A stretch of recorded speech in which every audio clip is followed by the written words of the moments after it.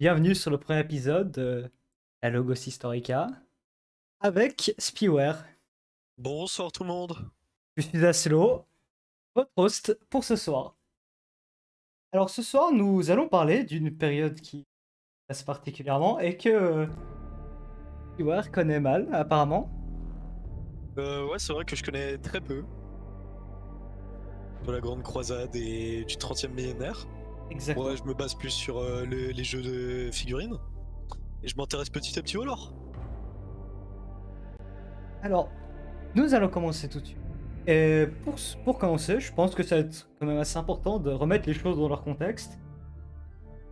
Alors, finalement, où commence la Grande Croisade? C'est ça la première chose dont j'aimerais vous parler. Mais juste avant de commencer, j'aimerais juste faire une petite citation qui sont dans le livre Primark, qui sont au début, qui parlent de cette période assez bien. je trouve. Vous voyez un peu les débuts des livres où c'est en mode. Bon, c'est In the Grim Darkness, bon, vous voyez quoi, d'habitude. Et là, ils sont différents dans les livres Primark et dans les livres de l'hérésie d'Horus. Et quand on l'ouvre, je vais vous le dire tout de suite. Alors, à voix de. C'est une ère de légende. De puissants héros s'affrontent pour gagner le droit de régner sur la galaxie. Les inépuisables armées de l'empereur de l'humanité partent en une grande croisade à la conquête des étoiles. D'innombrables races aliens seront anéanties par ces guerriers d'élite, et leur existence même purgée des archives de l'histoire.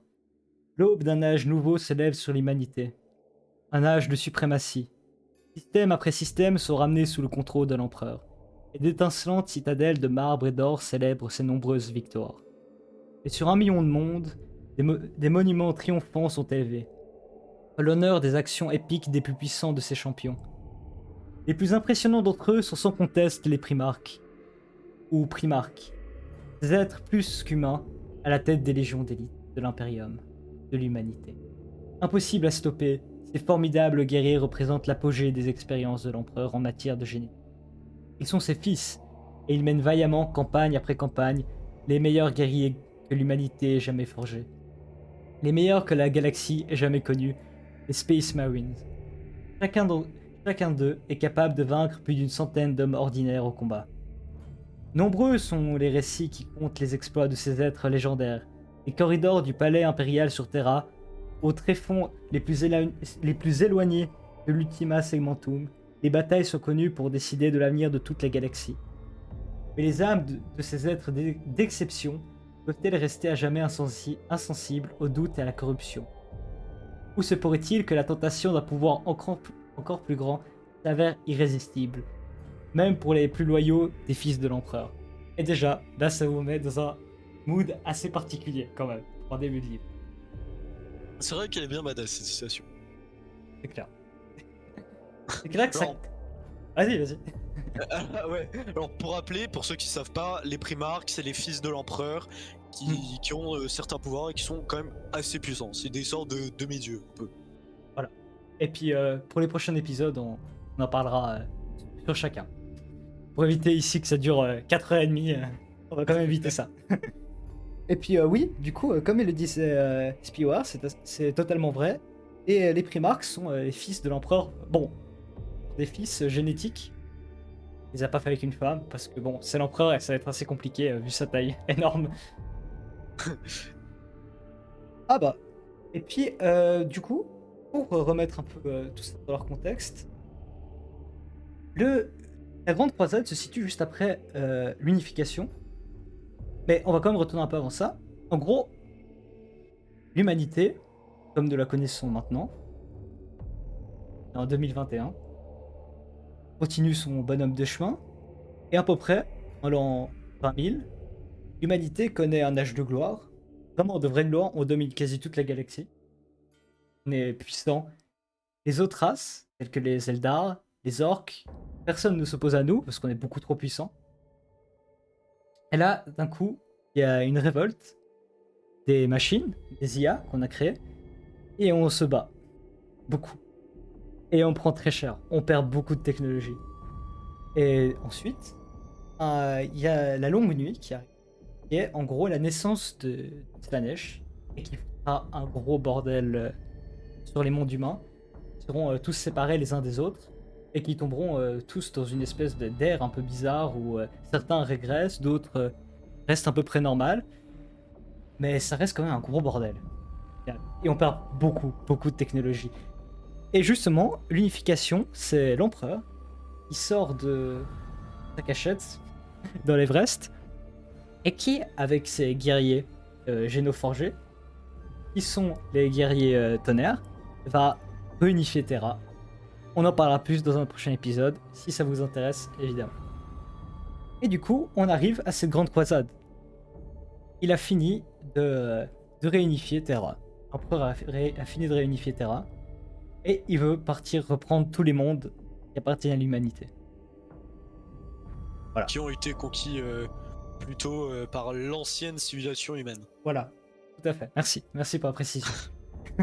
et puis c'est vrai que cet empereur, je vais vite fait en parler pour remettre un peu les choses dans leur contexte. C'est vrai que c'est notre premier épisode, après on passera outre ces choses dans les prochains épisodes. Alors l'empereur, imaginez-vous un espèce de gars qui fait 8 mètres, un peu moins, 7 mètres. Ouais. Oh, c'est peut-être un peu grand, 7 mètres, j'abuse un peu. 5-6 mètres en tout cas. Ça, c'est pour sûr. Ouais. Moi, je suis pas très fort avec les foot et tout. les mesures. Avec les mesures, les voilà. Primarchs sont un peu plus petits, non? Oui, les Space Marines encore plus. Voilà. Bon, les Space Marines, faut quand même 2m30. Hein. Ouais, 2m30, ok. Moi, je pense voilà. à 3 mètres. Okay, ouais, 2m30. Ouais, il pèse lourd. Très lourd. Et puis, cet empereur, justement, c'est le plus puissant Psyker de la galaxie. Facilement. Et genre, quand je dis le plus puissant, 1000 Psykers, ils arrivent pas à arriver à son niveau. Alors, pour remettre dans le contexte, les Psykers, c'est des sortes de magiciens du futur. En gros. Voilà. Et puis, leur magie... Bon, là, je le discrète un peu, mais c'est vite fait pour que vous compreniez bien. En gros, leur magie, c'est le Warp, qui est littéralement l'enfer. Ouais, c'est ça en fait. Voilà. Mais en pire, à côté, l'enfer, c'est cool. T'as pas envie d'aller dans le Warp, t'as pas envie. Vraiment pas. C'est pas un endroit cool. Et puis, cet empereur... Ouais. Attaque et tout. Ouais. Hein, ça, c'est pas de couilles quand même. Ouais, c'est assez bête cool. Et justement, cet empereur, qui est énorme déjà, a une épée en feu déjà, il claque pas mal, et justement a eu cette idée de reconquérir tous les territoires de l'humanité. Alors, première chose qu'il doit faire pour reconquérir tous ces territoires de l'humanité, c'est le début de la Grande Croisade, c'est de mettre toutes ces légions de Space Marines. Et comment est-ce qu'il va faire ça? Alors, il va demander aux Custodes.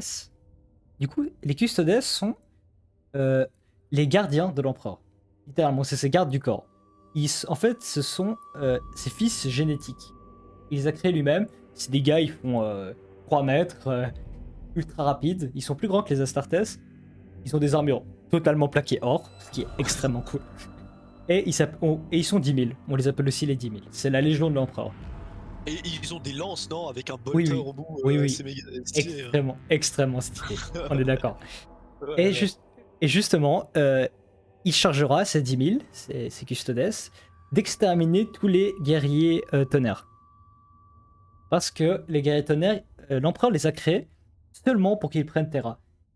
Leur génétique n'était pas faite pour qu'ils aillent dans l'espace. Et ils vivaient pas longtemps. Enfin, longtemps. Ils vivaient genre 200 ans facile, hein, mais pour l'empereur, c'était pas beaucoup. Ouais, voilà, c'est voilà. très peu pour l'empereur. Voilà. Dans Warhammer, c'est très peu, 200 ans. Et cet empereur, justement, a fait exterminer tous ces guerriers tonnerres. Bon, il en restera quelques-uns, c'est dans quelques livres qui s'en parlent, mais voilà, il en restera quelques-uns. Et après avoir fini ça, l'empereur décide de créer les légions Astartes. Ou Legiones Astartes, ça dépend comment vous voulez le dire. On va le dire comment, Spiora. Bah, Légion Astartes. Ok, moi ça me va. Peut-être quand même qu'on peut raccourcir les légions. Je pense que ça ira plus vite. Ouais, ou même peut-être juste Astartes ou même Space Marine, ça va très bien, non? Ouais. Space Marine, je pense que ça va bien. Faut pas trop mettre de détails pour pas que... Ouais. Ça, y a trop d'informations, tu vois. Oui, c'est vrai. Ça change un peu le mental. Alors, justement, il crée ses légions Astartes. Et il leur faut. Enfin, sa vision à lui, de l'empereur, c'était qu'il fallait un génocide. Alors, qu'est-ce qu'un génocide? C'est le père génétique d'une légion Astartes. Et pour lui, il voulait qu'il y en ait un pour chaque légion. Alors, il décida d'en faire 20. Une légion, c'est 100 000 Astartes. Et ces 20 généraux de talent extrême, extrêmement puissants.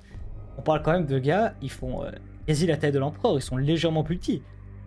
Peut-être 20 cm de moins, ce qui est pas énorme. Du coup, tu te retrouves en face de gens qui font genre 4,30 m.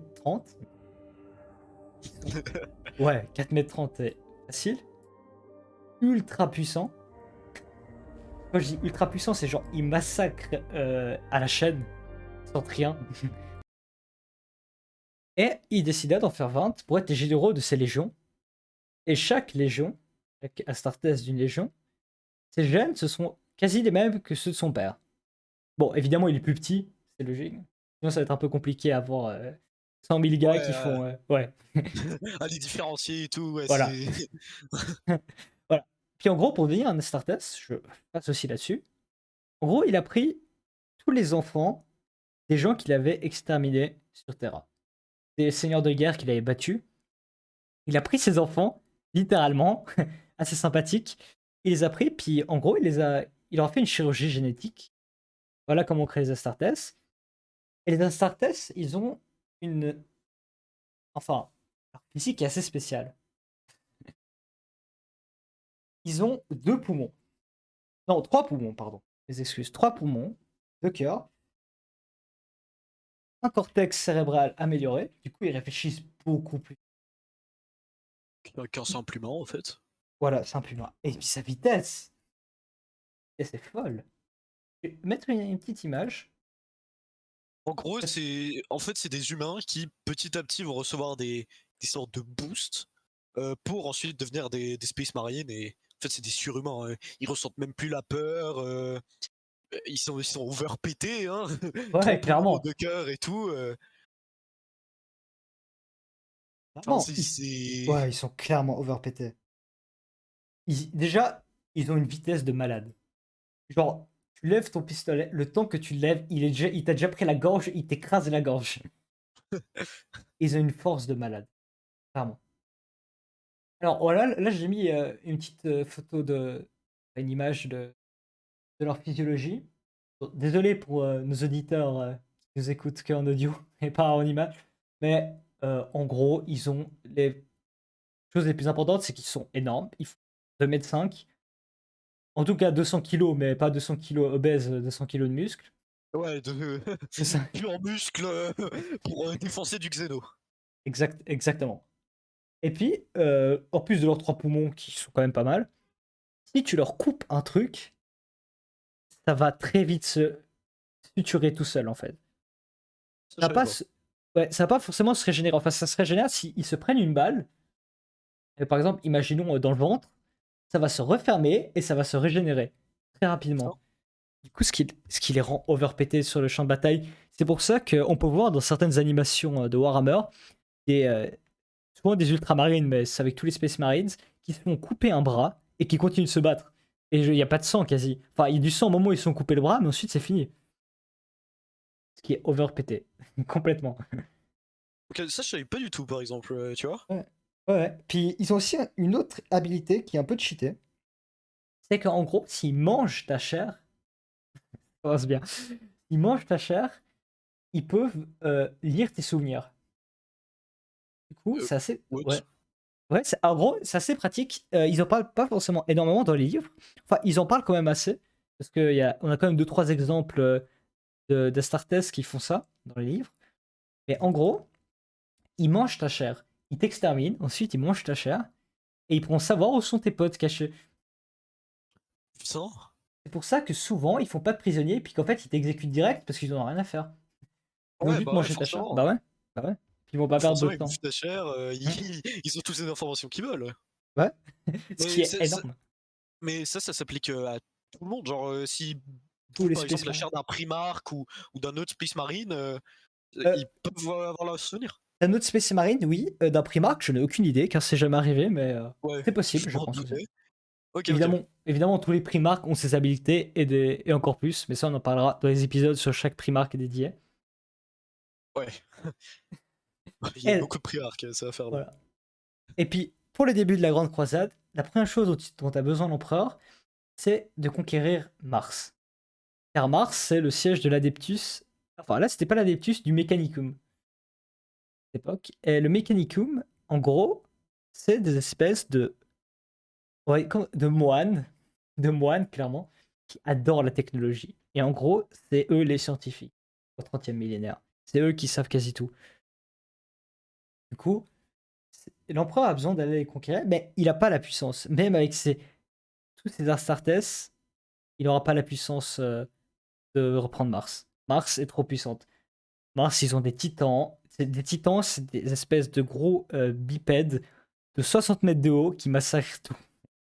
Ouais, Bon, over voilà. pété, méga Over. badass, Exactement. avec des canons plasma, des énormes tronçonneuses. Enfin, c'est vraiment un truc méga badass. Et justement, l'empereur, pour prendre Mars, bah, il n'est pas allé avec la force. Mais avec une technique assez sale, honnêtement, et dont on ne saura jamais la vérité. Il est descendu sur Mars, sur le mont Olympe, et il y a des chevaliers qui sont allés chercher. Alors, les chevaliers, c'est des espèces de mini-titans, de genre 10 mètres, qui sont assez cool quand même. Et ils sont allés chercher ce géant doré qui descend du ciel, parce que ça, peut-être que je vous l'ai pas dit, mais l'empereur a genre une aura autour de lui où il est doré. Le gars est littéralement doré. Son armure, de l'or pur. Le gars, tu le vois à 2 km. Tu vois un truc briller comme le soleil, quoi. Et il descend sur ce mont Olympe. Et en descendant, ils viennent le chercher, puis ils demandent qui il est. Et un des chevaliers, sa monture, qui est son armure, ne fonctionnait pas bien. Alors, l'empereur, il l'a touché, et en la touchant, il l'a réparé. Attends, seulement en la touchant. Seulement en la touchant. Mais du coup, l'empereur avait déjà des pouvoirs divinatoires, enfin de Dieu Oui, en gros. oui, bah clairement. Ok, Et, mais c'est bah des ouais. pouvoirs psyker plus. Oui, des pouvoirs Psyker plus là. Ok, ok, ouais. Ok, Et du coup, en faisant ça, bah ils ont tous cru que c'était l'Omni-Messie. ok, C'est ok. ça. Et étant donné que l'Omni-Messie, explique vite fait, c'est le dieu du Mechanicum et plus tard de l'Adeptus Mechanicus. En gros, c'est le dieu machine pour eux. Assez simplement. Et lui, en se faisant passer pour l'Omni-Messie, tout le monde a cru que c'était le dieu machine. Peut-être que c'est vraiment lui. Enfin, pas le dieu machine, mais l'avatar du dieu machine, comme un prophète. Et puis tout le monde a pensé que c'était lui. Du coup, les Martiens étaient en mode bah laissez-le venir. C'est lui notre prophète. Incroyable. Et il a réussi à conquérir Mars en n'utilisant aucune force, littéralement. C'est vraiment un chat, hein. Ouais, un big chat là, ce qu'il a fait. C'était un move, mais légendaire. Et après avoir fait ça, l'empereur décide justement de partir dans les étoiles. Et c'est ça, finalement, le vrai début de la Grande Croisade. Il n'a pas les primarques. Ce qui est très important de noter, c'est qu'au moment où il lance sa Grande Croisade, il n'a pas les primarques. Les primarques ont été enlevés par le Warp et ils ont été envoyés sur plein de planètes différentes. Et l'ordre où ils ont été trouvés, qui a été mis à jour récemment. Ah, d'ailleurs, avant d'aller, je vais juste vous mettre une petite image pour vous rendre compte de la taille des choses, de la Alors, taille d'un primarque. faut se dire que je crois que là dans le lore, on est au 41e millénaire. Faut se dire Mhm. que pas tous les primarques ont été trouvés. Alors, Non, non. Taco Bell Johan, un primarque, c'est le fils de l'empereur, qui est une sorte de demi-dieu, qui est le chef d'une légion d'Astartes, donc de Space Marine. Mhm. Totalement. Et du coup, effectivement, il n'avait pas encore tous les primarques. Et le premier primarque à être trouvé, c'est Alpharius. Et pas Horus, comme les gens pensaient. C'est Alpharius. Et ça, on le découvre dans le dernier livre de l'Alpha Légion. Je vais vous montrer qui c'est. En gros, Alpharius, c'est le primarque de l'Alpha Légion, qui est une légion de gens un peu sneaky, on va dire. C'est des gens qui n'aiment pas trop qu'on les voit. Vraiment pas. Voilà, c'est lui. Désolé pour la qualité de l'image. C'est lui, Alpharius. Mais il porte l'armure du chaos là. Non, D'un non, là, dieu du là, chaos. c'était son armure de base. Il a toujours gardé la Ah, c'était même. l'armure de base. Ah, Oui, ok. ok. Et en gros, Alpharius, c'est le premier primarque qui a été trouvé. Et l'empereur avec Malcador. Alors, je vais vite fait parler de Malcador parce que c'est quand même une personne incroyable. Malcador, c'est le régent. C'est lui qui règne. C'est lui qui gère l'Imperium, en gros. C'est un gars tout frêle, vieux. Il faut pas se méprendre sur lui. Derrière l'empereur, c'est le second plus grand psyker de l'univers. Ok. Facilement. Putain. Et, et le gars est un perpétuel, c'est-à-dire qu'il ne meurt jamais. À moins, enfin, il y a des trucs pour les tuer, mais c'est compliqué. C'est comme l'empereur. Les deux sont des vrais perpétuels. Comparé aux primarques et les autres qui ont été faits génétiquement, eux, ils sont nés comme ça. Ils meurent jamais. Ils sont éternels. Et Malcador gère tout ça, et justement, c'est Malcador qui a éduqué Alpharius. Et en gros, il a pris Alpha. En gros, il y avait un truc assez drôle, c'est qu'ils ont un jeu qui s'appelle le Régicide. En gros, le Régicide, c'est un peu une espèce de jeu d'échecs. Et en gros, il a dit à Alpharius, le jour où tu arriveras à gagner, c'est-à-dire que je n'arriverai plus à lire dans ton esprit. Parce que Malcador, il arrive à lire dans ton esprit. Du coup, c'est un peu cheaté quand même pour jouer aux échecs. Ouais, c'est Ouais. sûr que. Ah ouais. T'es sûr de gagner là. Ouais. Bah, si tu peux prévoir les coups de l'autre, oui. Et Alpharius s'est entraîné pour plus qu'on arrive à lire dans son esprit. Et du coup, on n'arrivait plus à lire dans son esprit, mais il avait aussi développé d'autres habilités, telles que disparaître dans une foule, mais littéralement. Parce que lui, c'était pas comme les autres primarques qui sont assez grands, qui font genre le double de la taille d'un humain normal. Lui, il faisait à peu près la taille d'un Astartes. Du coup, Ok. ouais. Du coup, un grand bonhomme quand même, hein, genre 2,50 m. Ouais, 2,50 m, faut pas déconner. Voilà, mais bon, ça va encore. On va dire. Comparé à 5,10 m, Ouais, c'est sûr que. voilà. Comparé à ça, c'est. Il y a quand même une grosse différence. Exactement. Et du coup, cet Alpharius s'est entraîné. Il est resté sur Terra. Personne savait que c'était un primarque. Personne savait qu'il était là. Il se déguisait. Et un jour, il a tenté un truc de malade. Il s'est dit, et si je tentais de tuer l'empereur pour montrer aux custodes qu'ils sont incompétents? Du coup, les custodes, je vous ai dit, c'est les gars du corps de l'empereur, ils vivent que pour ça. C'est les meilleurs guerriers de l'Imperium, Ah, littéralement. d'ailleurs, j'aurais une question pour les Oui. custodes. Mhm. Vu qu'ils existent depuis des milliers d'années, c'est toujours des nouveaux custodes, ils sont pas immortels. Non, eux, ils sont mortels. Mais justement, il Ah, n'y en a ok. pas de nouveau. C'est ça qui est un peu chiant. C'est que plus Mais tard, ils pourront genre, pas ils en vivent refaire. 40 000 ans. Voilà. Sauf que là, bon, ils vivent à 10 000. Jusqu'en 40K, mais. Ouais, ok. Ouais. Et quand l'empereur est parti, bah, personne ne savait comment faire des custodes parce qu'il n'en a parlé à personne. Du coup, genre, ils ont été 10 000. Et chaque fois qu'il y en a un qui meurt, bah, il y en a un de moins. Et c'est fini. Ok, Pas fini. Ok, ok. Alors, oui, l'empereur est immortel, mais il a des gardes du corps.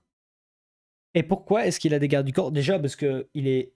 Enfin, oui, il est mortel, mais il y a quand même des trucs qui peuvent le tuer. Et genre, c'est assez violent pour arriver à le tuer, mais tu peux. Immortel, on va dire au niveau du temps, pas physiquement. Même si tu vas quand même galérer pour le tuer, il va falloir y aller assez fort, hein. Même un tank, je pense pas que tu arrives à le tuer avec un tank, en lui roulant dessus à l'infini. Mais du coup, genre physiquement, ça veut dire que il succombe aux maladies ou pas? Non, Non, ok. Donc non, c'est vraiment, faut le tuer avec un truc précis, exactement. overpété, ok. Overpété.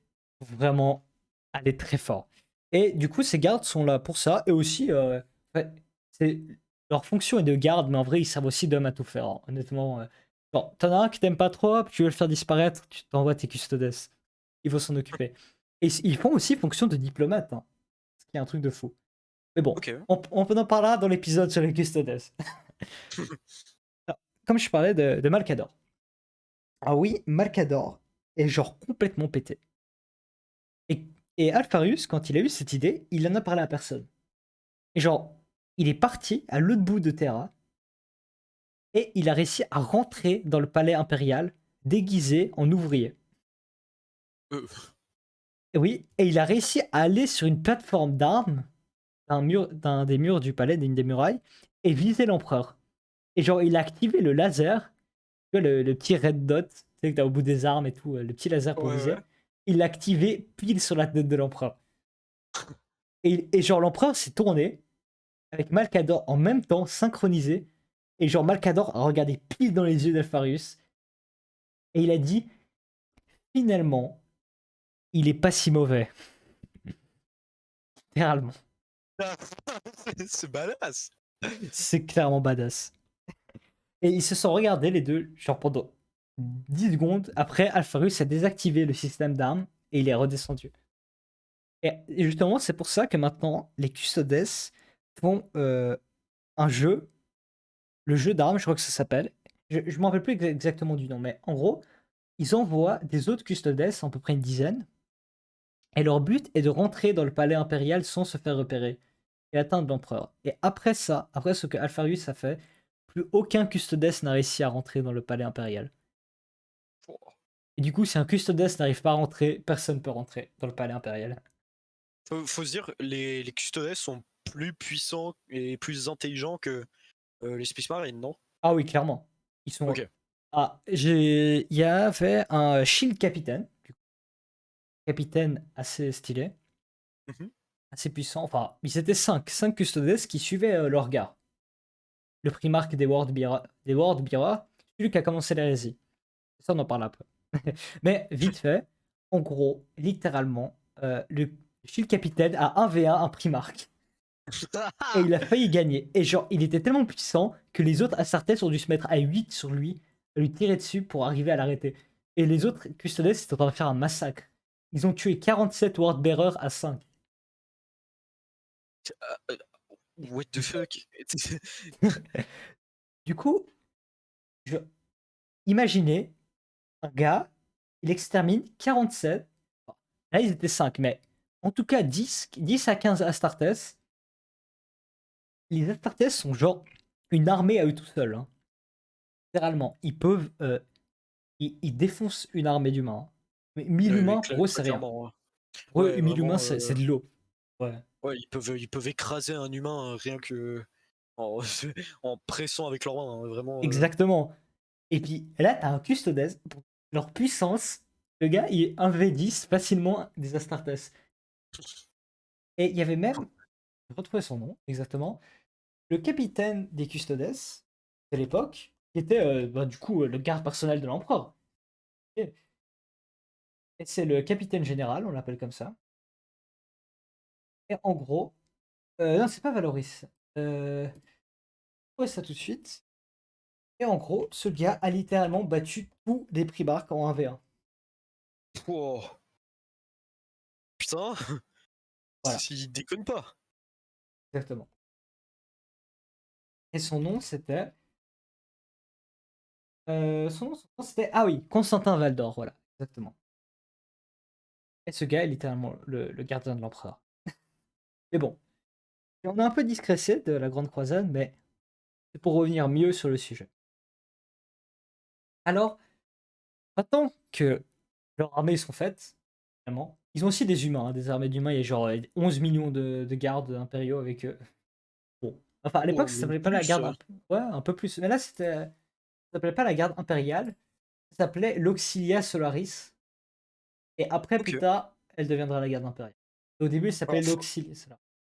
faut se dire que la garde impériale, dans l'or maintenant, donc en 40 000, chaque jour, il y a l'équivalent de 9 milliards d'êtres humains qui sont engagés de force ou de leur plein gré dans la garde impériale. Mhm. Voilà, je cale ça ici. Voilà, Je tu peux le ça. cales. Tu le cales comme ça pour en profiter. Mais exactement. Et c'est un truc de fou.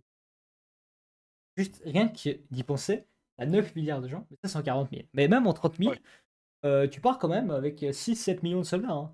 6-7 millions, ils pourraient en prendre plus, mais ils ont pris que 6-7 millions parce que c'était ce qu'ils avaient Ouais, besoin finalement, avec les ouais, Astartes. voilà.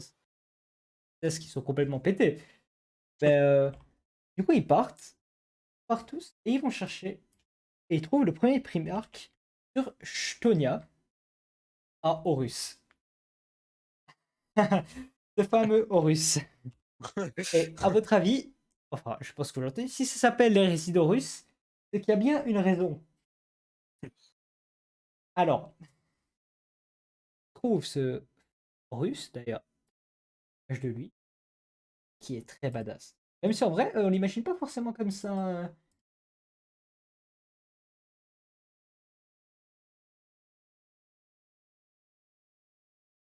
Ouais, c'est très Mais zoomé. très zoomé, je vais dire. Ah.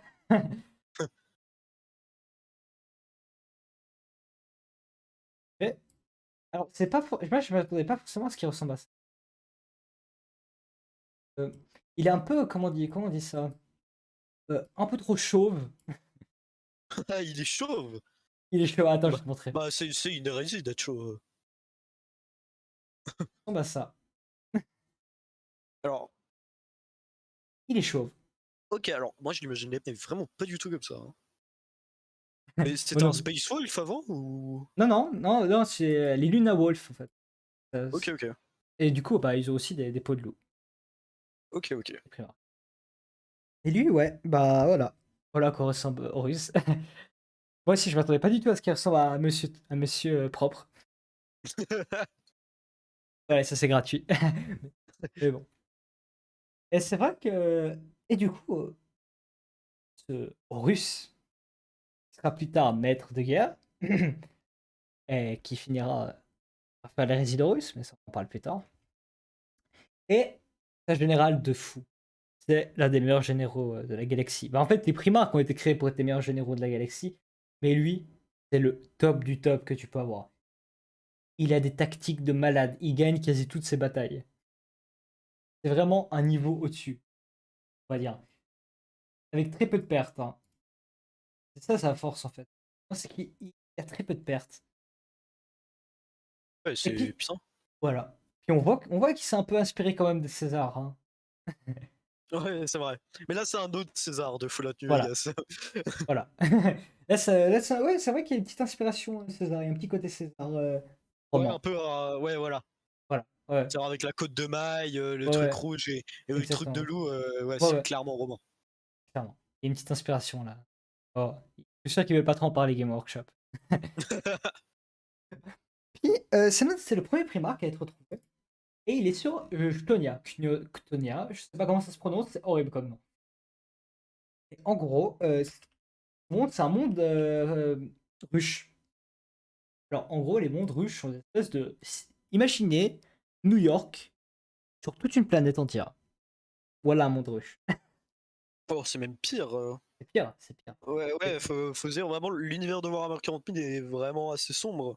Et Voilà, vraiment vivre dans une ville humaine de l'Imperium, c'est vraiment genre, bon, il n'y a pas beaucoup de justice, il y a beaucoup de crimes, parce voilà, que bon, bah, il y a trop d'humains en fait. Il y a des millions de planètes, des centaines de milliards d'êtres humains, c'est un peu le bordel. exactement. Comparé aux Et taux, qui sont plus. oui, les taux sont un peu mieux quand même. Ouais.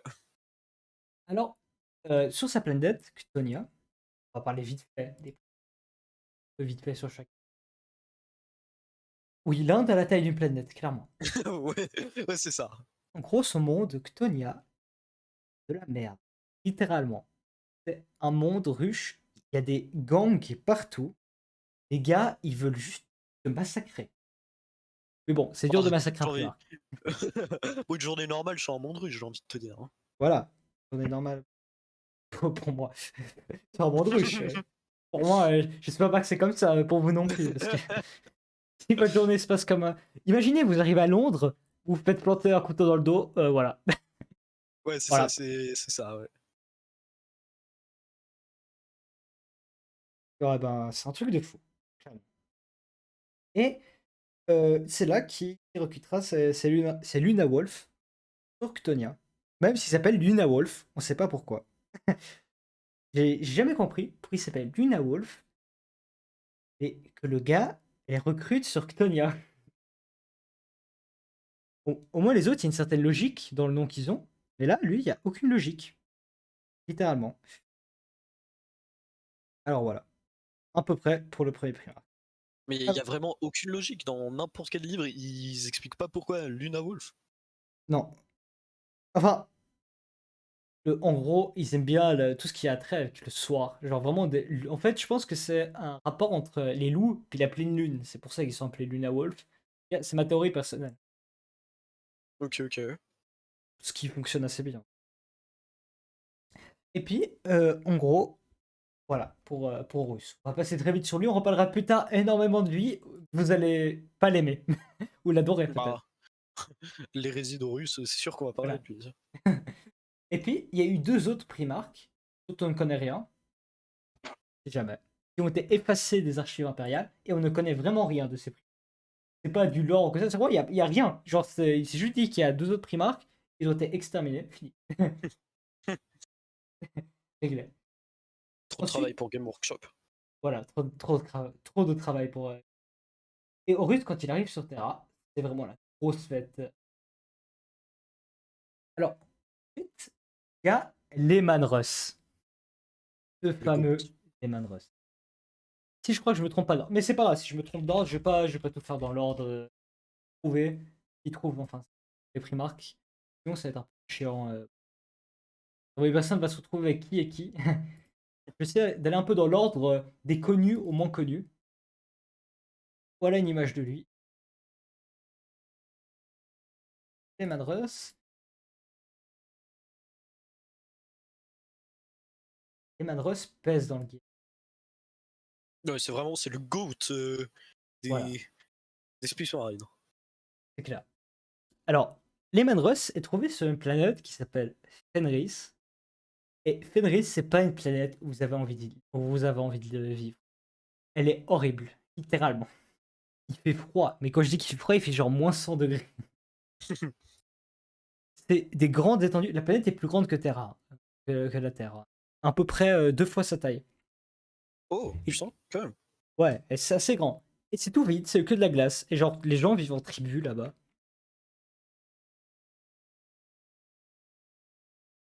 Et en gros, Lehman Russ a pris le contrôle de toutes ces tribus, une par une, jusqu'à qu'il y ait l'empereur qui vient le chercher sur Fenris. Où, évidemment, il parle un peu avec Horus, qui est. Et Lehman Russ reçoit les Space Wolves comme légion. Peut-être qu'ils avaient un nom avant, j'ai quand même vérifié ça. Je crois qu'ils avaient un nom avant. Alors, les Space Wolves sont vraiment, vraiment assez nordiques avec d'un Mhm. système de runique et tout. En tout cas, leur inspiration est vraiment, vraiment poussée viking et tout. Clairement. Alors, non, ils avaient pas. Je trouve pas s'ils avaient un. Peut-être. Alors, en gros, ils parlent une langue qui s'appelle le La- Laka Fenrika. J'essaie de le prononcer. Enfin, ils s'appellent comme ça, entre eux, la Volga Fenrika. Mais vous y faites très vite si vous lisez des livres sur eux. Ils ont un peu ouais, ce style très nordique, comme tu dis, qui est assez cool en vrai. Je vais vous mettre peut-être une petite photo pour que vous vous ayez compte de leur style un peu nordique. Ouais, Bah, un déjà, peu. on le voit sur les Manros, hein, avec Ouais, le ouais. loup, les runes sur son épée et Mhm. tout. Mhm. Non, moi, j'aime beaucoup les Space Wolves pour ça. Hein. Ouais, c'est clair que les Space Wolves ont quand même un style assez poussé. C'est vrai que leur style est assez nordique, ça fait un peu. Genre, t'es au milieu de l'espace, tu vois des gars débarquer avec des peaux de loup abordés, t'es en mode. Ah, des barbares, d'accord.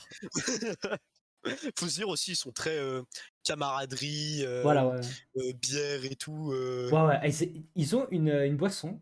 Je ne plus exact. Je m'en rappelle plus du nom. Ils ont une boisson qu'ils boivent. Et en gros, les Astartes peuvent pas être bourrés par leur physionomie. Et en gros, leur boisson, si puissante, que quand ils la boivent, ils arrivent à être bourrés. Pour vous dire à quel point ils sont motivés pour être bourrés, ces gens. Et un peu, voilà à peu près les Space Wolves, qui sont vraiment des caractères. Et qui ont un gros caractère. Et genre, c'est les seuls, je crois que c'est les seuls. Il y a aussi avec Ferrus Manus. Et ça, je vais juste en parler juste après d'ailleurs. J'ai envie de parler de Ferrus Manus après. Mais les Space Wolves, genre, ils parlent avec leur primarque.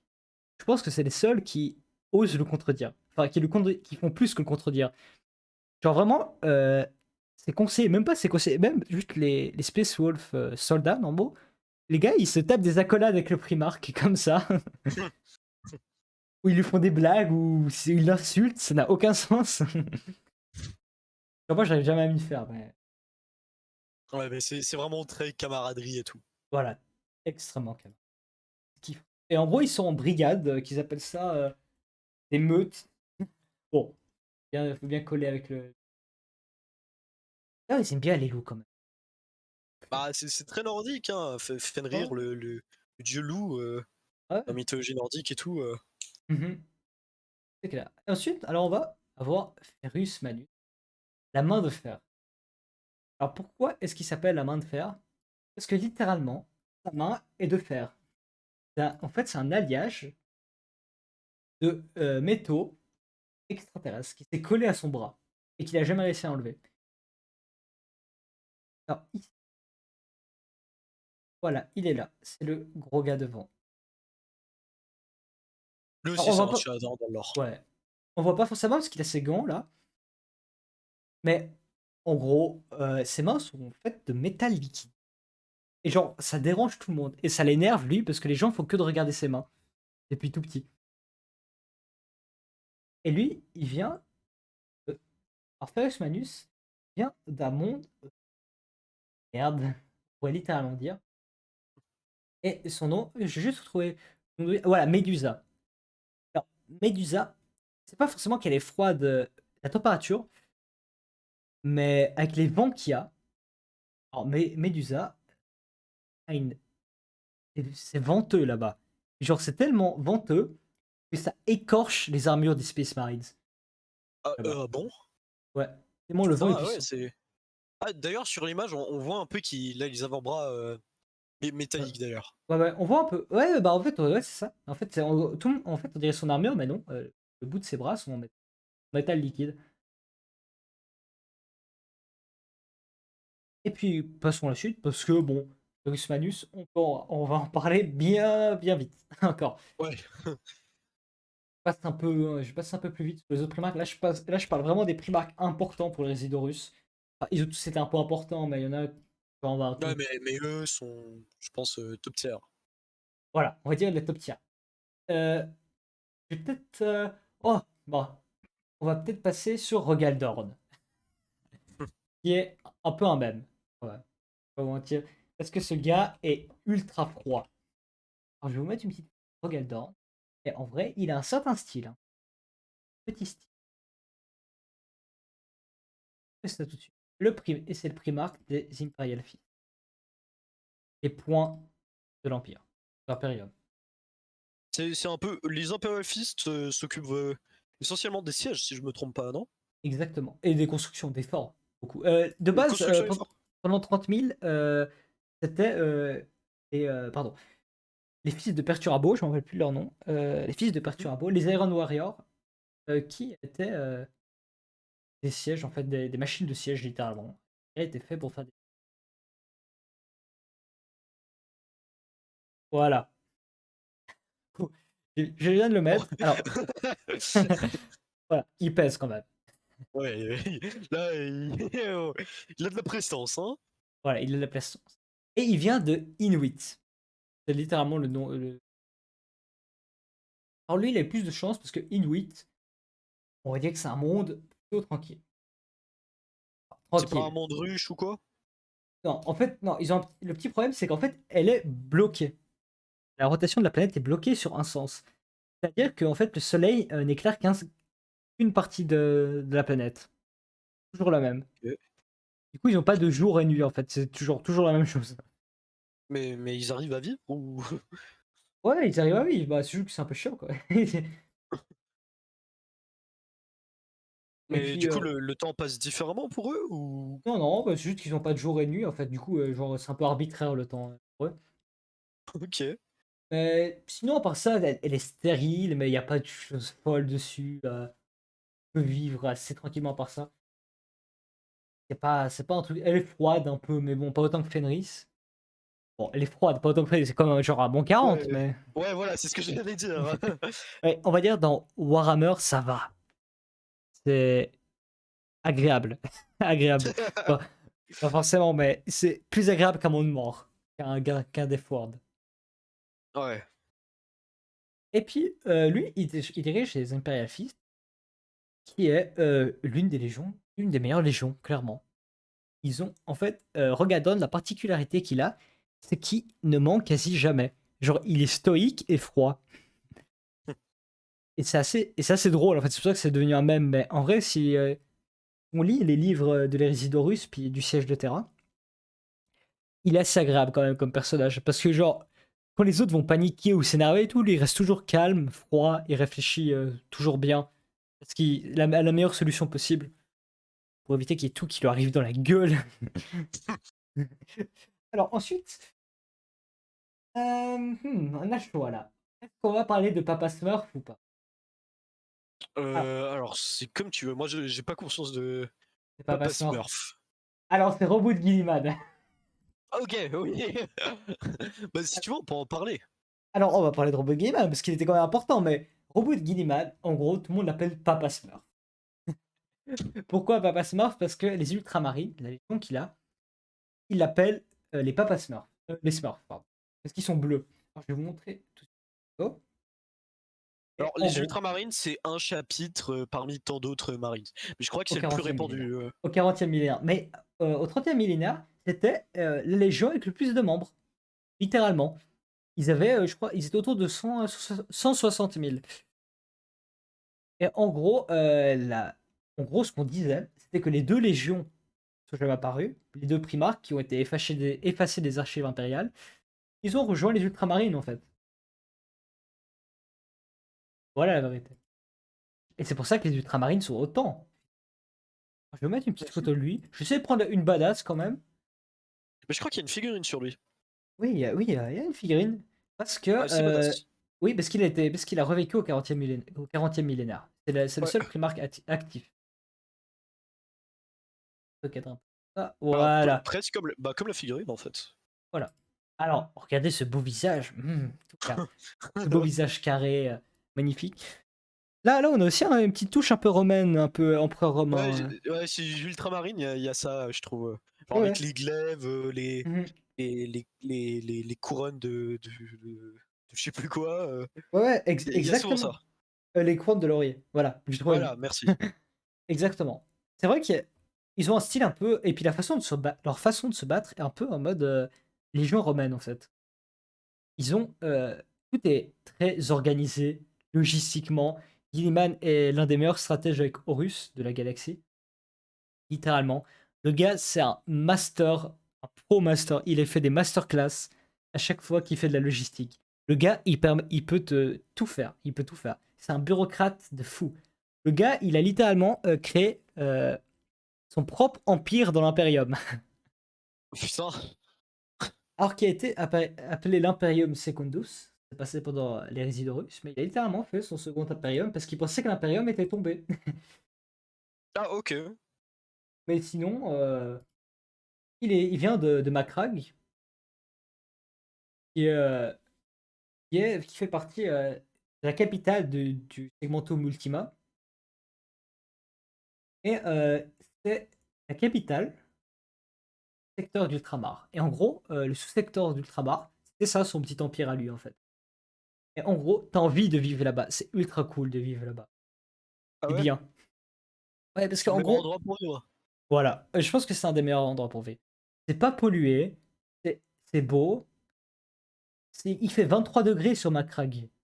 C'est Ah ouais, bon. bah en fait, c'est la Terre d'aujourd'hui. Enfin, Voilà, presque, tu vois. presque, et elle le ressemble. Il y a des beaux océans, c'est beau, et quasi tous les mondes d'Ultramar sont comme ça, parce que Guillemot, c'est un bureaucrate de malade. Et genre, c'est le seul Primarque qui a mis des Space Marines au bureau aux places de bureaucrates. Putain, il est pas con. Non, il est pas con, parce que du coup, les Space Marines réfléchissent plus vite, du coup, c'est simple. Ouais, ouais, forcément, Voilà, hein. C'est des surhumains, hein. exactement. Et Kalt, Macragge, et puis il y a encore deux autres mondes, mais qui ont disparu plus tard. Mais en tout cas, Kalt, Macragge, Kalt, on va en reparler plus tard encore. En gros, Macra, Cal, quasi tous les mondes ils sont des joyaux de l'Imperium, littéralement. Ces mondes, ils sont magnifiques, ils sont prospères. T'as des ultramarines pour te protéger, t'es bien. C'est magnifique. Ensuite, on va parler de d'un des primarques. j'aime bien quand même. Et c'est Fulgrim. Alors, Fulgrim, on va en reparler aussi plus tard, c'est pour ça que je vais un peu plus vite sur lui quand même. Fulgrim, je vais vous mettre une photo tout de suite de lui. Il est connu pour être le plus beau des primarques. Il est connu que pour ça. Genre Que vraiment pour dans ça. la galaxie, c'est le beau gosse ultime. C'est le beau gosse. J'ai une photo de lui. C'est vraiment connu pour être le beau gosse ultime. Alors peut-être essayer de prendre une photo pas après les résidus russes, parce que là il est devenu avant. Et là, voilà, regardez-moi. Ah. Hop, voilà, C'est voilà. le. Un certain style, Ah mais oui, c'est lui, ok. c'est Fulgrim. Alors, Ouais, enfin, le Tchad, le chat. je suis pas très sûr. Hein. Enfin, au moment, oui. Alors, sur le moment, déjà, il a une planète.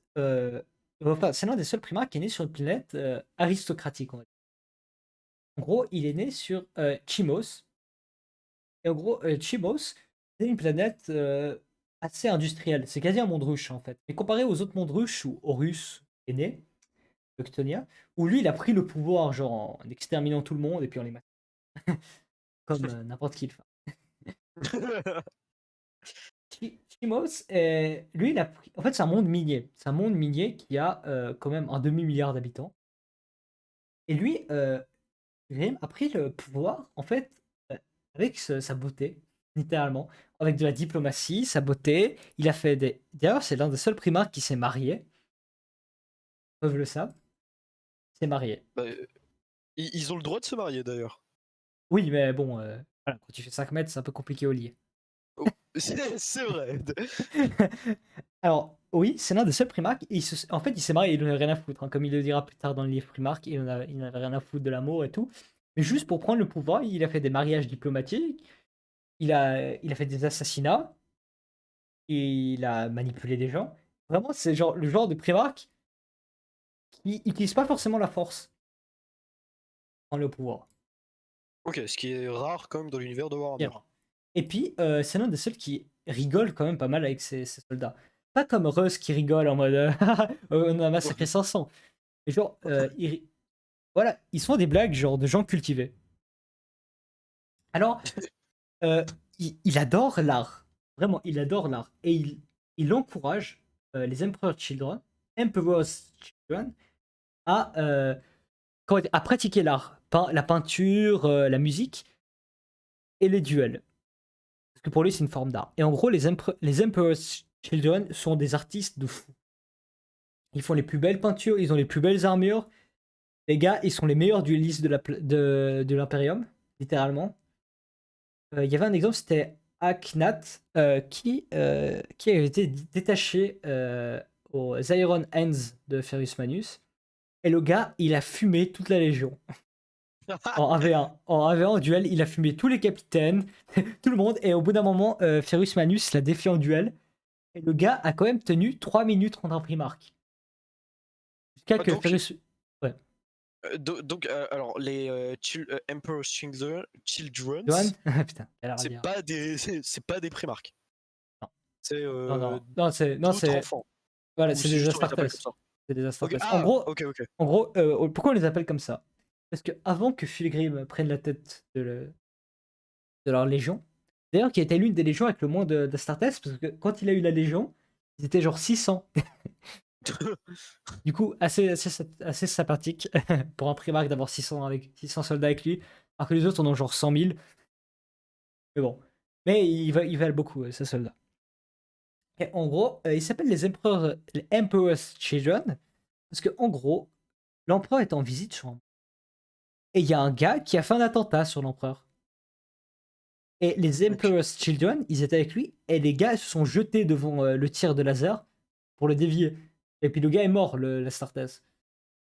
Et du coup, c'est les seuls qui ont le droit de porter l'Aquila palatine. C'est ce qu'il a autour du gorgerin, Fulgrim. D'ailleurs, c'est la photo. Donc c'est le log là de Dell, c'est ça? Voilà, l'aigle à deux têtes, c'est les seuls qui peuvent l'avoir. Autour de leur Ok, gorge, ok. genre, comme ça. Et qui est pas Parce l'aigle à deux que têtes normal. parce qu'ils se sont, enfin ils ont protégé l'empereur en gros. Voilà. Et ils ont volé un peu le job aux custodes. C'est pour ça que les custodes les détestent, littéralement. Ah, juste pour ça. Juste pour ça. Les custodes sont en mode, mais c'était notre boulot, laissez-nous faire. Puis genre, parce qu'après, l'empereur, évidemment, il était pas content. Il était en mode, mais custodes, c'est censé être les meilleurs gardiens de la galaxie, puis ils n'ont pas arrêté un tir de laser. Bon, évidemment, l'empereur, je pense pas que ça l'aurait tué. Ça l'aurait blessé, ça l'aurait pas tué. Bah si c'est un tir de laser, enfin ça dépend ce que c'est, tu vois. Non, non, Si mais c'est un ça quand canon même, laser, ouais, ça a quand même tué un Astartes, mais je pense pas que ça l'aurait tué. Honnêtement, peut-être même qu'il aurait évité, vu son temps de réaction de malade. Et en gros, voilà à peu près pour Fulgrim, qui a réussi à prendre une planète avec 6 guerriers, d'ailleurs. Qui est le sujet du livre Primark. Il a réussi à prendre une planète avec 6 guerriers, ce gars. putain, si mec. Voilà. Son talent, pour vous exprimer un peu son talent. Ouais, mais là c'est même plus de la stratégie, c'est un peu de la chance, genre. Ouais, ouais, bah, il a un peu manipulé tout le monde. Il a fait en gros, il s'est débrouillé pour que les factions se rentrent, se tabassent entre elles. Et lui, il en a profité pour les tuer une par une, en fait. Voilà. Ah, mais c'est comme. Enfin, passe, passe. Alors, ensuite, t'as Magnus le Rouge. Alors, Magnus le Rouge, photo. Pourquoi il s'appelle Magnus le Rouge? Parce qu'il est rouge, littéralement. Tout simplement. Et lui, c'est un sorcier. Un Un psyker, sorcier. du coup. Un psyker. Mais, ouais. Un psyker, on l'appelle le roi sorcier. Et j'essaie de pas prendre une photo de lui en démon. Ah, mais moi, j'ai une photo normale de lui. Pas où il est en démon, mais. Et en gros, Magnus le Rouge. Oh, pas être ça. Mais un peu hentai. Putain. Non, il y a trop de weeb sur. Mais en gros, c'est un. Il est né sur. Il est né sur Prospero. Prospero baigne dans le warp, littéralement. Ok, donc c'est pas du tout prospère. Non, c'est pas du tout Prospero. Mais ils adorent. Bon, je trouve une photo bien. Ah, d'ailleurs, il est borgne aussi. Il lui manque un œil. C'est un pirate. Voilà, c'est un pirate. Je vais mettre une petite photo de lui.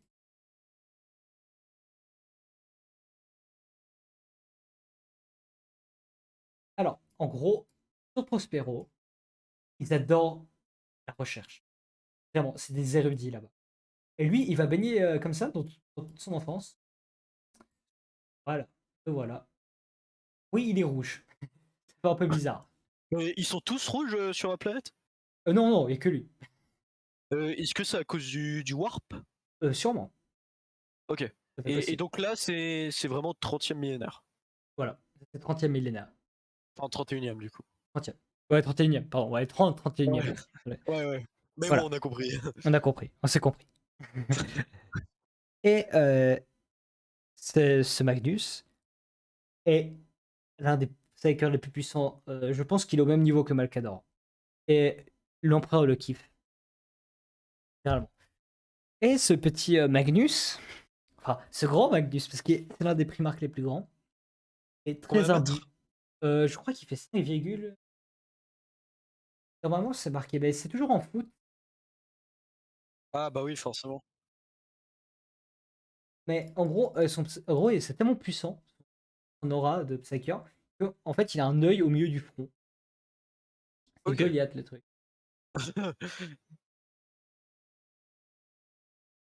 Et là, je vais sortir une petite citation de lui-même.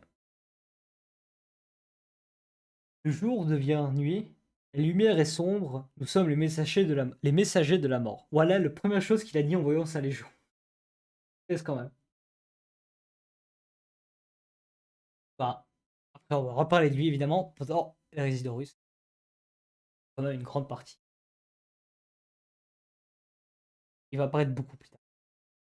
Alors, ensuite, on va parler d'un primarque peu partagé.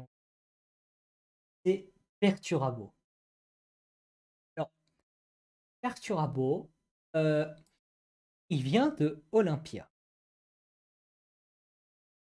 qui est un monde pas cool. C'est Enfin, un monde ruche? non, c'est un monde féodal. Ok. Ils ont perdu toute technologie là-bas. Ouais, ils sont quasi comme au Moyen Âge. Ok. Oh, ok. En vrai, il est assez stylé, mais Perturabo est un peu, comment dire, un peu spécial comme personnage. Voilà, hop, voilà. Ah oui, il a des bolters au bout des bras. Il est méga badass.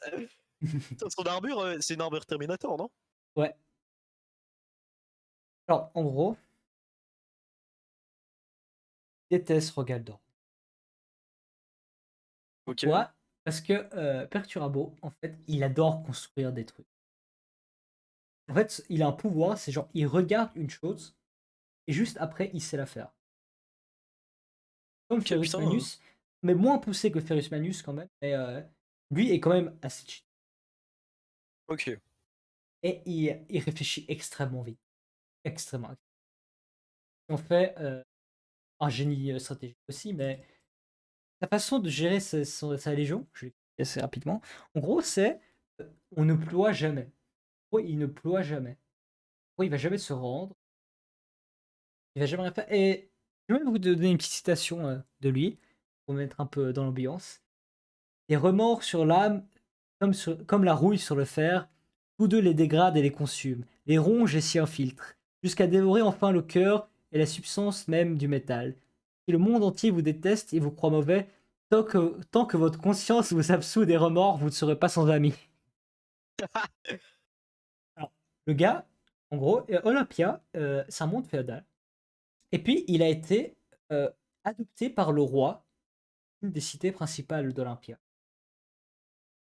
En gros, ce qu'il va faire, il va unifier Olympia, comme quasi tous les primarques. Il va partir faire sa petite conquête des familles.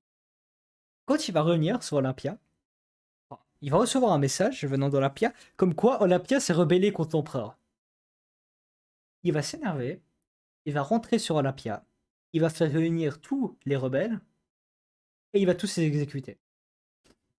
Et Ok. ensuite, il va ordonner aux Iron Warriors, la Légion, d'exterminer toute forme de vie sur Olympia. Putain.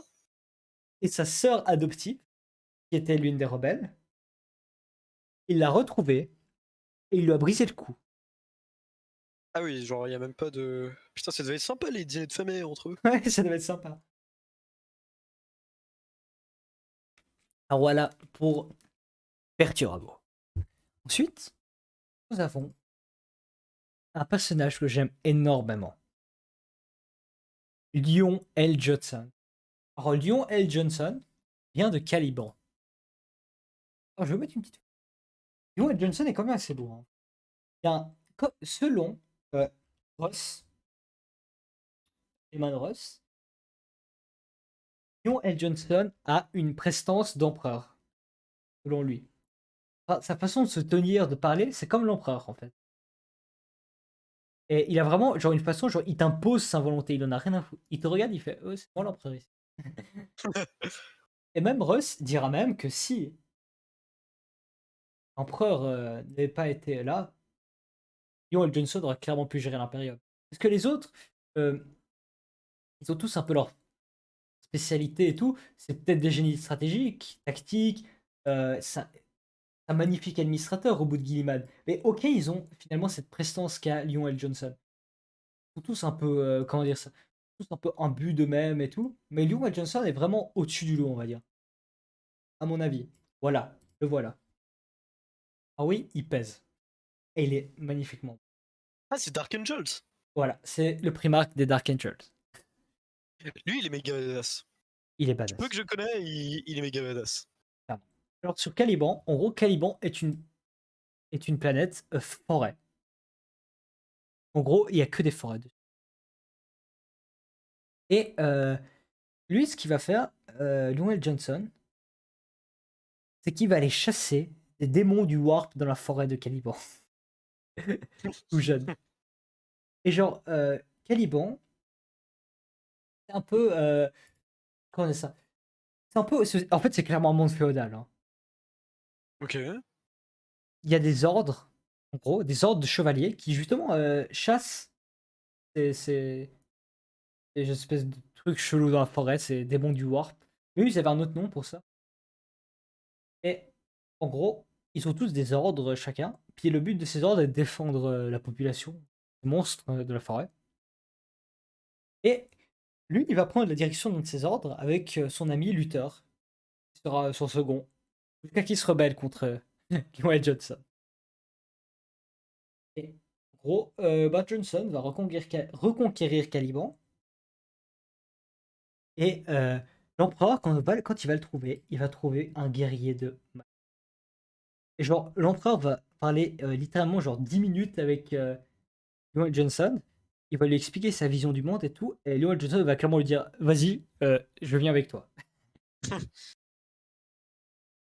Et c'est tout à peu près pour Joel Johnson. Les Dark Angels ont la particularité, enfin, d'être. Leur organisation est spéciale. Enfin, leur organisation est la même qu'il y avait au début de la croisade. Les premières légions, avant que Horus arrive, puis qu'il a changé leur formation, et puis la façon de faire des autres légions aussi, parce que c'était vraiment pas ouf. En gros, ils ont des chapitres. En gros, chaque légion a des chapitres. Les ultramarines en ont genre 23. Et en gros, chaque légion est séparée en chapitres, c'est à peu près 1000 guerriers. Il y a des chapitres qui sont spécialisés, il y en a d'autres qui. Ah, il y a plein de spécialisations, on en parlera aussi dans Bah, l'épisode. juste pour pas que ce soit trop brouillon, Oui, s'il y en a 1000, c'est pour pas que si il y a des Space Marines qui commencent à devenir chaotiques, ce soit oui. trop le bordel. C'est Ouais, pour vraiment les contenir au cas où. ouais, c'était au 40e millénaire. Mais au 30e, c'était juste pour, on va dire pour envoyer les compagnies, quoi, pour gérer. Enfin, c'était les compagnies, c'était les chapitres. Ok, ok. Et puis, en gros, lui, sa légion l'a organisée en ailes. En gros, les ailes, il y a 4 ailes. Il y a, ça aussi, il y a la Ravenwing, Mhm. qui est en gros des gars en moto, ultra vénères. C'est pas les Scars? Oui, les White Scars aussi. Ça, on va Ok. parler juste après. Il y a la Deathwing et la Ravenwing. Et en gros, il y en avait aussi deux autres, mais qui ont disparu plus tard. Côté, je vais parler des deux autres. Et en gros, la Deathwing sont à peu près ceux qui sont à pied, en gros. Les Ravenwing sont, ouais, sont en moto et tout. En gros, ça leur fait office un peu de première et seconde compagnie, quoi. Les Deathwing sont un peu les guerriers d'élite. Et la Ravenwing un peu le reste. Ce qui est assez chelou, parce qu'en gros, plusieurs fois, dans les résidus russes, puis Arc aussi, Lyon et Johnson dit qu'il va t'envoyer de l'aide. Un autre Primark. Genre, il leur dit ouais, je vais vous envoyer une L. Puis genre, pour les autres, ils disent ah ouais, il va envoyer un chapitre. Puis genre, t'as 50 000 espèces marines qui sortent de nulle part et t'es ah bon, ok. Pas mal comme aide. Voilà. Ensuite, on va parler d'un gars un peu spécial. Conrad Kurz, qui est un terroriste. Littéralement. Ce gars, c'est le prince de la terreur. C'est le nom qu'ils lui ont donné. Je vais mettre une petite photo de lui. En gros, c'est taxi. C'est de faire des attentats. En fait, c'est une technique en mode guérilla, non? Ouais, mais de peur. Il adore la peur. Il adore faire peur aux gens, les massacrer. Sur sa planète, c'était une planète de gang aussi. Il vient. Hop, tiens.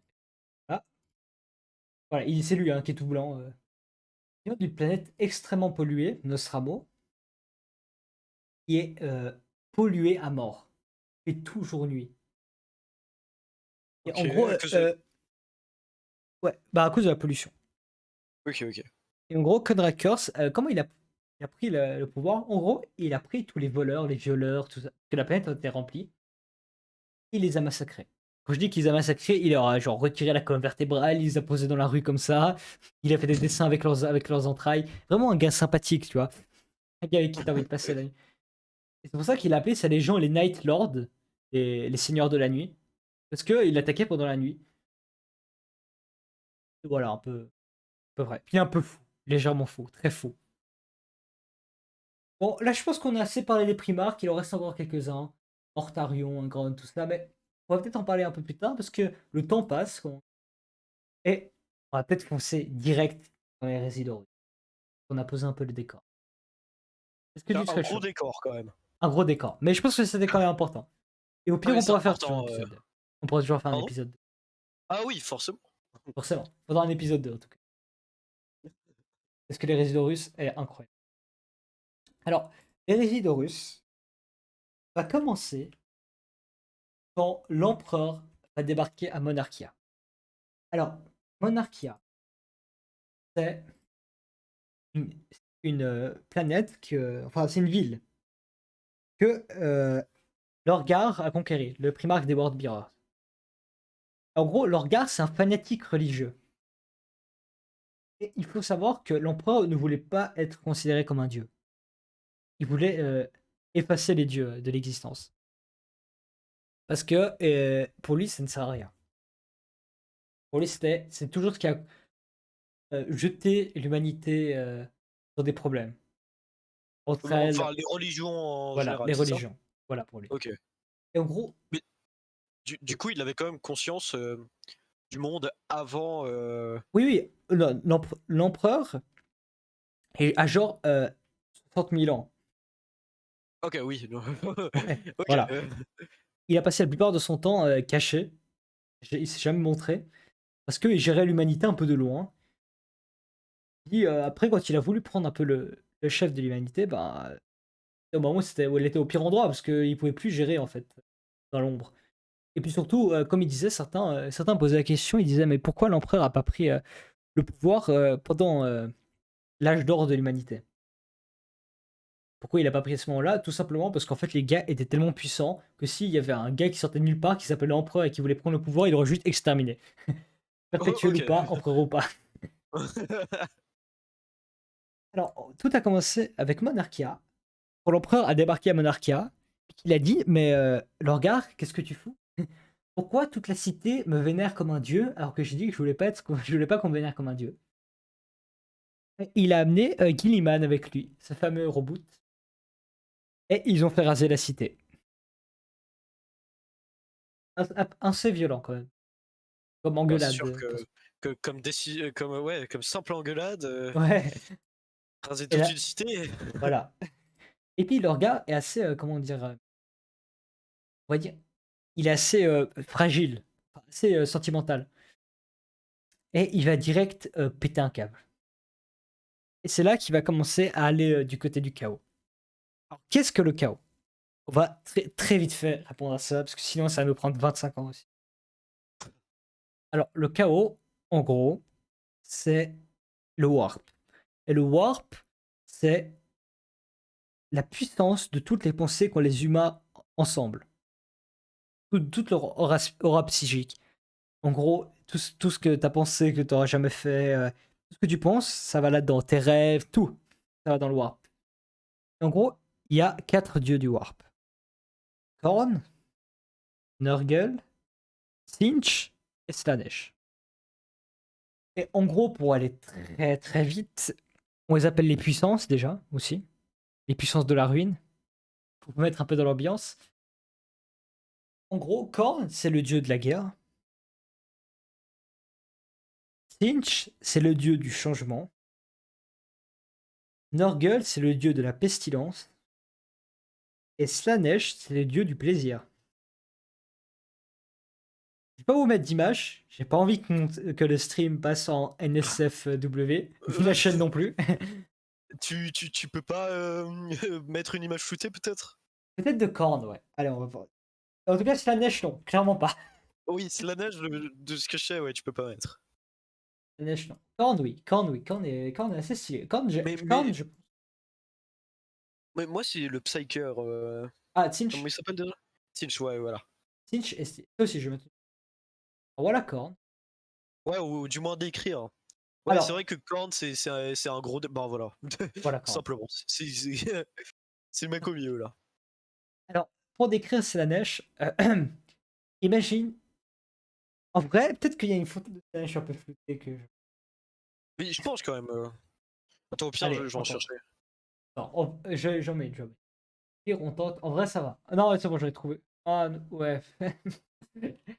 On va dire que. Ouais, ça va. On va dire Alors, que ça va. je sais pas si c'est Slanesh. Je te l'envoie et tu me dis ce que t'en Oui. penses. Alors, attends. Parce que Slanesh est une espèce de. Ah, c'est le lieu du plaisir, du coup, tout ce qui est sexe, elle kiffe. Ah oui, C'est une hérésie un peu. je crois que c'est une démonette de Slanesh, oui. Et ça va clairement pas passer sur YouTube parce que tu viens de m'envoyer. Ah bon, ça passe pas? Non, Ça ça va, passe. y a rien de. Non, ça passe. Pas que ça passe. En vrai, attends, j'ai une. Bah, attends, elle égorge juste un mec avec sa langue. Oh, ouais, non, En vrai, y a pas de sexe, hein. Je crois que tu peux le mettre. ouais, ok, c'est bon, j'en ai un. J'en ai un qui passe Ok. en vrai. On va dire que ça passe. Je vais partir de ce principe-là.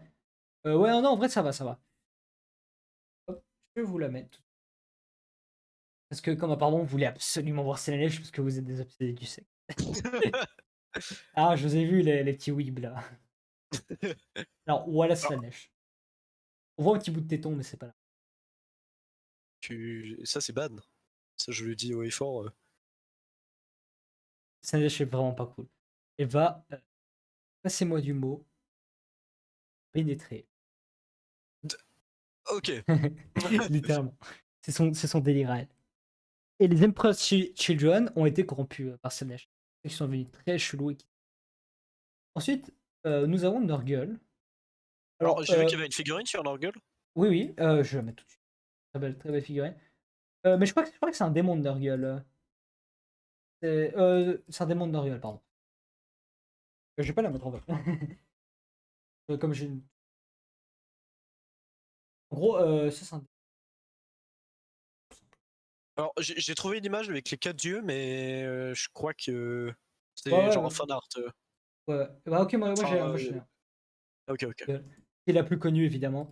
En gros, Nurgle, c'est le dieu de la pestilence. Alors, je tout de suite, et vous allez direct comprendre quand je parle de ça.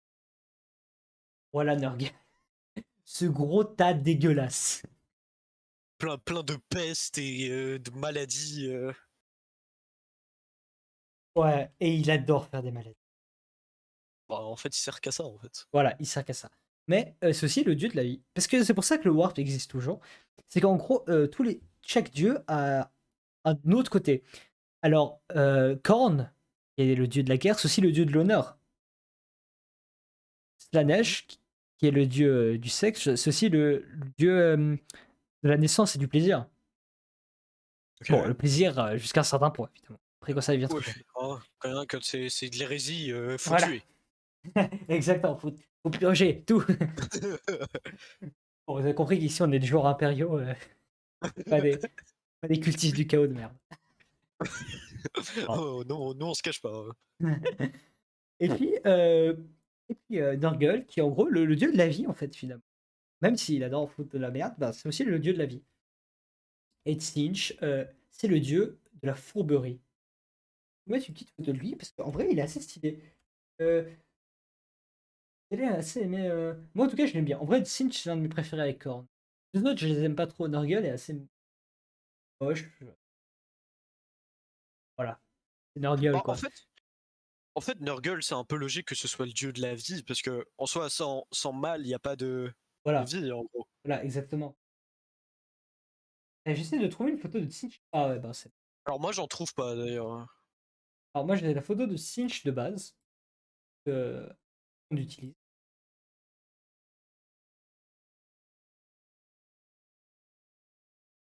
Désolé pour la Ah, mauvaise qualité.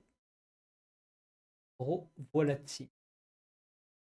une espèce de poulpe c'est géant. ouais, c'est une sorte de créature Lovecraftienne, un peu comme le Voilà, Cthulhu. voilà. Exactement. Très bonne description. Rapide. Et lui, justement, c'est le dieu du changement. Il fait toujours des plans, il voit tout l'avenir, il est toujours dans le futur. Voilà à peu près. Et maintenant, retournons à notre petite hérésie. Alors, après Monarchia, Lorgar. Là, je vais mettre une petite photo de lui. Lorgar va tomber dans le piège des puissants. Il va commencer à les, on va dire, euh, prier pour elle. Je trouve pas le mot. Mais prier pour elle. Il va commencer à prier pour elle, faire la promotion beaucoup. Parce qu'en gros, le super pouvoir qu'il a, Lorgar, on peut appeler ça un super pouvoir, mais en tout cas l'aptitude spéciale qu'il a, c'est qu'en gros, les gens, quand ils l'écoutent, sont direct convaincus par lui. Ok. C'est assez Ça peut pratique être quand tu très es un utile analytique. dans ce. Exactement. Et en gros, la planète d'où il vient, qui est. J'ai toujours le nom de sa planète parce qu'elle est horrible comme nom. Et d'ailleurs, il s'est aussi appelé Lurizen. Hein. Lurizen, je sais pas d'où ça vient. Ah non, pardon. De Kochi, il vient. Et Lurizen, ça veut dire le plus sage des sages. Voilà. Voilà, ça vous met un peu dans le. Puissance des charges, ok. Et en gros, comme il arrive à convaincre, genre juste en te parlant, c'est pratique pour parler d'hérésie. Genre, dès qu'il parle, t'es convaincu. Vas-y, pratiquement. Ouais. C'est assez cheaté quand même. Et en gros, après ça, il va commencer à, à, à commencer à aimer ses puissances chaos, à en parler à toute sa compagnie et à sa légion ensuite. C'est comme ça qu'ils vont commencer à être les premiers cultistes. Et en gros, ils vont aller sur une planète qui s'appelle. À l'époque, elle s'appelait pas Cadia. Cette fameuse Cadia. Parce que ça, c'est pas dit dans les livres, mais c'est Cadia, la planète où ils vont. Il avait un autre nom. Alors, je vais te dire ce nom. Parce que je m'en souviens plus. Euh, alors, est-ce que c'est dit. C'est pour ça que d'ailleurs les Spartaniens du chaos veulent absolument. Parce que Cadia est très proche du chaos. Vraiment, elle est à une limite. Soutenable. Voilà. Elle est aussi. Comment dire ça? Elle est. En fait, le tissu du warp est tellement fin vers Cadia. Genre, les puissances du chaos peuvent littéralement quasi tout. Ok, oui, ok. Heureusement, je trouve. Mais, mais c'est pas chaotique. C'est à la limite À la d'être limite. chaotique, mais ça ne l'est pas. Oui, mais à l'époque, c'était chaotique avant que ça devienne Cadia. Mais après, ils l'ont purgé, évidemment. Ok, oui, je m'imagine. Bon, je retrouve plus le nom, ce qui m'énerve un peu, mais bon, je le trouverai pour le prochain. Je dirai pas. En gros, Katia est corrompue. Clairement. Alors voici Lorgar. Il a la peau dorée aussi. D'ailleurs, je sais pas pourquoi ils sont tous chauves. Peut-être que moi, je me suis dit Ils que se concentrent trop. voilà. Non, mais l'empereur a une chevelure mais magnifique. Et moi, je me suis dit, bah, l'empereur avec sa chevelure magnifique, il a bien dû la donner à ses enfants. Tu vois. Mais non, même pas. Ce qui est assez triste en soi. C'est la preuve qu'il aime pas trop ses enfants, tu vois. Et puis, après Lorgar, ce qu'il a fait, ce qu'il est devenu, il a commencé à, évidemment à soutenir ses puissances du chaos, et il a envoyé son plus proche conseiller, Erebus. Et il a corrompu Horus, le maître de guerre. Car entre-temps, ce qui s'est passé, c'est que Horus a été nommé maître de guerre en l'absence de l'empereur. Du coup, c'est le big boss en attendant. Ok. Parce que l'empereur devait aller faire des petits projets sur Terra, dont on parlera dans le second épisode. Et en gros, il est devenu le maître de guerre, et juste après qu'il soit devenu le maître de guerre, il y a une autre chose qui s'appelait le Concile de Nicéa. Et en gros, ce qui s'est passé, c'est que l'empereur a jugé tous les Space Marines Psyker, le Librarius, tout ça, sont interdits à partir de maintenant. Du coup, Magnus n'était pas content parce que lui-même, c'est un Psyker et toute sa légion sont des Psykers en fait. Mhm. Et genre, du coup, bah, maintenant il a interdit d'utiliser ses pouvoirs. Puis il est un peu vénère, évidemment. Ouais, forcément. Voilà ce qui s'est passé un peu entre les deux. Ça commence à devenir un peu chaud quand même. Il commence à avoir pas mal de haine contre l'empereur de certains primarques, surtout Magnus. Mais en vrai, Magnus l'aime encore assez. Il dit c'est assez logique en soi. Et ensuite, alors, ce qui s'est passé, c'est que Horus s'est fait blesser sur Davin. Et en gros, Davin était corrompu par Nurgle, hein, je tiens à le dire comme planète. C'est une planète Ok. que Horus avait conquis plutôt. Et il est retourné sur Davin. Il s'est fait blesser par le gouverneur de la planète, qui était maintenant devenu un démon de Nurgle. Il l'a blessé avec une arme chaotique. Il l'a blessé, et il n'arrivait pas à se soigner du coup. Parce que les primarques, tu les blesses, ils se soignent quasi dans l'heure, hein, mais avec une Ouais. épée. Et là, du coup, il se soignait pas. Du coup, il l'a emmené dans un temple. Comme par hasard, c'était Erebus qui avait dit que c'était une bonne idée. Et en gros, quand il a commencé à soigner, il est parti dans un délire Horus, qui est très bien raconté dans les récits d'Horus et que j'ai vu très peu de personnes en parler. Alors je vais vous en parler. En gros,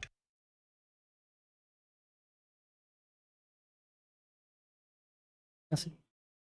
Et en gros, il a. Et en gros, je vais parler vite fait de ça. Il a vécu tout le futur de l'Imperium. Il a vu, Ok. il a vu le futur de l'Imperium, que l'empereur est devenu le God Emperor, l'empereur Dieu, que tout le monde le prie pour lui. Est-ce que tu auras la traduction du mot worship? Worship? Ouais. Parce que c'est Ah, exactement ça le mot que je veux dire, mais je sais pas pourquoi je l'ai en anglais. Bon, en gros, il a vu tout ça. Il a vu vénération. comment. Vénération, voilà. Qui vénérait l'empereur. Il a vu tout ça, et lui, il voulait pas ça. Il voulait pas du tout ça, Horus. Et quand il a vu ça, il a paniqué. Et il a vu comment les primarques ont été faits. Et en gros, il y avait un de ses anciens guerriers, du mont Nival. En gros, sa garde rapprochée, ses quatre meilleurs capitaines. Un ancien guerrier du Mont-Nival, qui était mort, qui était incarné en loup, qui en gros, dans ce rêve, lui disait n'écoute pas les puissances du chaos, ne fais pas ça et tout. Mais à la fin, il les a écoutés quand même. Et en paniquant, en voyant cela, Horus, il s'est tourné contre l'empereur. Parce qu'en fait, les puissances du chaos lui ont fait croire que ça, c'était ce que l'empereur voulait plus tard pour l'humanité. Parce que bon, je vais pas mentir, l'univers de 40 000 est assez sombre. Oui, très Plus très sombre que sombre 30 même. 000. Beaucoup plus sombre. Et lui, il a vu ça, puis Horus était en mode, mais l'empereur veut vraiment ça Et puis, du coup, ce Russe décide de se tourner contre l'empereur. Et lui, il a un certain avantage, c'est qu'il est le maître de guerre. Et du coup, il va pouvoir détourner les ressources pour qu'il y ait tout qui aille à sa légion. Les meilleures armes, les meilleures armures et tout. Et puis il va aussi envoyer ses autres frères dans des endroits loin de lui, comme ça il pouvait faire ce qu'il voulait. Mhm. Et en gros, il a ramené des primarques avec lui. Il a ramené plusieurs primarques avec lui. Je vais vous mettre une photo de lui au moment de l'hérésie, qui est magnifique, honnêtement. Vous allez Il pouvoir voir la. a. D'ailleurs, il Oui. a survécu à l'hérésie? Horus non, je crois Horus, non? pas. Ok. Oui, je crois que oui, en fait. Hop, il y a cette image là. Pour vous montrer la différence qu'il y a eu entre avant et après. Oui, avant c'était un bel homme et tout. Maintenant, il ressemble à une espèce de truc bouffi du warp moche, plein de sang. C'est le chaos, hein, faut se Voilà, dire. c'est le chaos. Exactement. Et ce qui s'est passé, c'est qu'il a amené avec lui Magnus. En gros, non, Magnus a été prévenu de ce qui allait arriver et il a envoyé un message psychique à l'empereur. Et en fait, son message psychique était tellement puissant que tous les psychers de Terra sont morts, quasi tous, sauf les plus puissants. Ok. Les personnes normales, pas psychers, ont fait des cauchemars pendant une semaine après ça. Ah ouais, chaud. Le cri était tellement puissant que dans le quartier des Navigators, les fenêtres se sont brisées, les murs ont tremblé. Le cri psychique tellement il était puissant. Attends. Voilà la puissance du truc. Et même l'empereur, il a vacillé quand il a reçu le message. Et l'empereur s'est énervé un peu. Enfin, légèrement, parce que genre, il a niqué son truc. Parce que l'empereur a dit que personne ne devait être dérangé. Puis là, donc, oui, il reçoit un truc du futur comme ça qui pète tout. Pas forcément très content. Et du coup, il envoie Lehman Russ chercher Magnus. Et ce qui s'est passé, c'est que Horus a changé les ordres de Lehman Russ. Il a dit qu'au lieu de prendre Magnus et de le ramener sur Terra, il devait tuer. Du coup, Lehman Russ a tenté de tuer Magnus. Et il l'a brisé en deux. Littéralement, il l'a pris, il l'a brisé en deux sur son genou. Ok. Badass quand même, hein. Badass quand même. Et ils ont détruit Prospero. Ils l'ont exterminé, littéralement. Et ensuite, ce qui s'est passé, c'est que ils les loyalistes n'étaient pas encore au courant. Enfin, ils pensaient que Magnus était un traître et que Horus était normal, quoi. Et puis, pendant ce temps, Horus a corrompu Fulgrim, Perturabo, Conrad Kurz, Angrod, Mortarion, du coup Magnus, parce qu'en fait il a dit que c'était l'empereur qui voulait qu'il soit tué. Comme ça il l'a aussi corrompu. Horus lui-même. Et puis Lorgar. Et puis encore Alpharius Omégon, mais ça c'est complexe. On n'en parlera pas tout de suite dans cet épisode. Ok.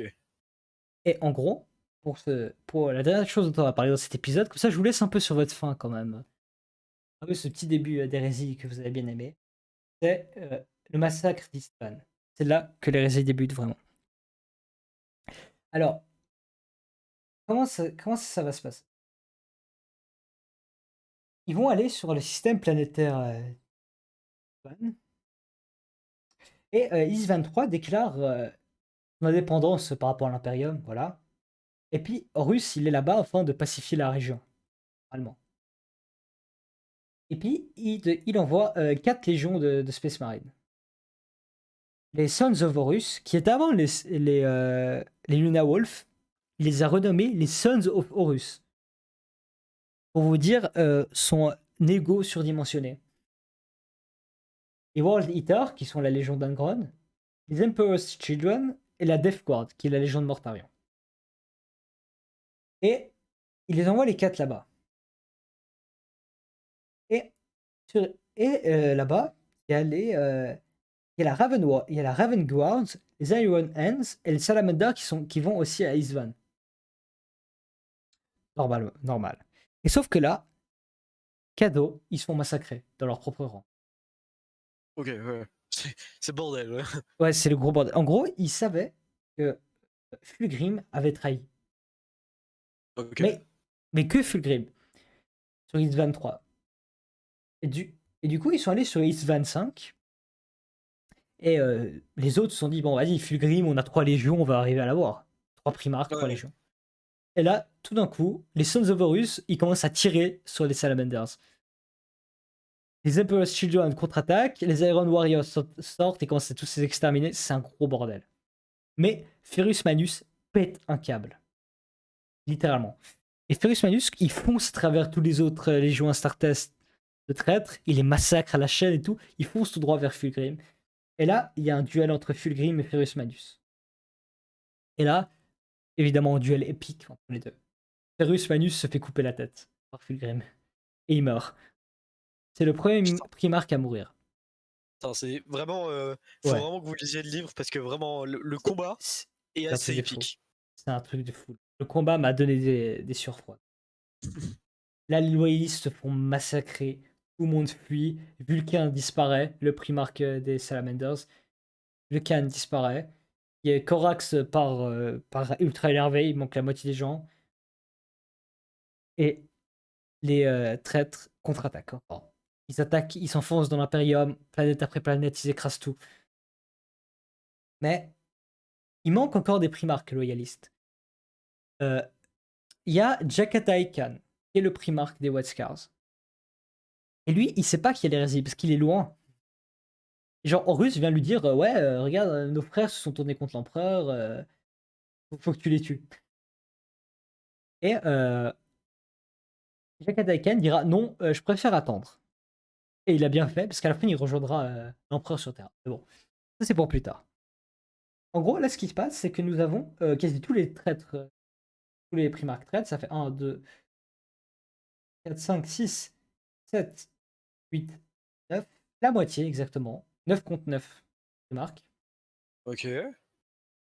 9 Primark traîtres, qui eux sont tout à fait au camp de qui sont des traîtres, ils sont, ce qui est logique, parce que c'est eux-mêmes, mais Ouais. ils ont déjà leur plan de fait, ils savent comment ils vont aller jusqu'à Terra, comment ils vont massacrer toutes les autres planètes qui sont sur leur chemin. Parce qu'ils veulent pas foncer jusqu'à Terra, ils savent que ce serait du suicide. Ils vont prendre planète après planète, ils vont détruire l'Imperium petit à petit. Et sauf que les loyalistes, ils savent pas qu'il y a des traîtres, à part les Primarques qui ont été massacrés. Et le temps que les autres apprennent, que Sanguinius apprenne, que Rogaldorn apprenne. D'ailleurs, voilà l'histoire très intéressante. En gros, il y a le capitaine Nathaniel Garro, pardon, je ne vais pas préciser. Il va prendre un vaisseau, l'Eisenstein. Alors lui, c'est le capitaine de la 7e compagnie de la Death Guard. Du coup, c'est une compagnie de traîtres. Mais lui, c'est pas un traître. Et il s'est enfui avec quelques-uns de ses soldats. Il va passer, son livre est incroyable, je vous conseille de lire. Il va passer à travers je ne sais combien de merde pour arriver jusqu'au Phalanx. Le Phalanx, c'est le vaisseau amiral de Rogaldorn. Peut-être qu'il y a Ok. une photo. C'est un truc énorme. Le Phalanx est énorme. J'ai pris une photo.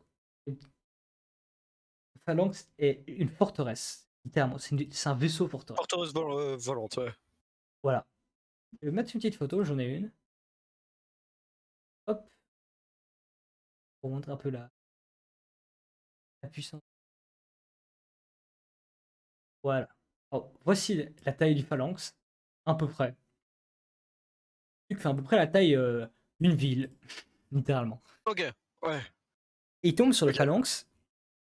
Et genre, Nathaniel Garro commence à expliquer tout ça à Rogaldorn. Puis genre, Rogaldorn est en mode, mais tu te fous de ma gueule?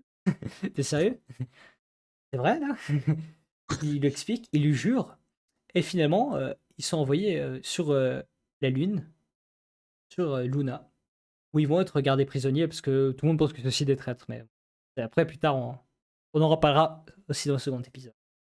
Et c'est là que va débuter vraiment la grande hérésie, où là, il y a quasi tous les primarques qui sont au courant. Sauf Jagatai Khan, qui est toujours un peu hésitant. Sanguinius va être au courant, Robot Gilliman va être au courant et va pouvoir essayer de défendre Ultramar. Et c'est là que ça va vraiment commencer à être un peu le bordel. Ça, ça va être pour le prochain épisode.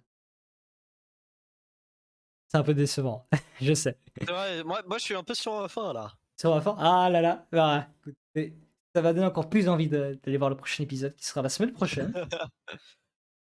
Et j'espère que vous allez bien aimer. Bah, Ciao. Inch'Allah, hein. Exactement. Ah, je souhaite à tous une bonne soirée. Pour ceux qui regardent le live, c'est le soir. D'ailleurs, la semaine prochaine, nous liverons encore épisode pour chaque épisode. Si ceux qui nous regardent sur YouTube veulent nous rejoindre. Alors, je souhaite une bonne soirée à toutes les personnes qui ont regardé. Un plaisir d'être Lost avec Beware.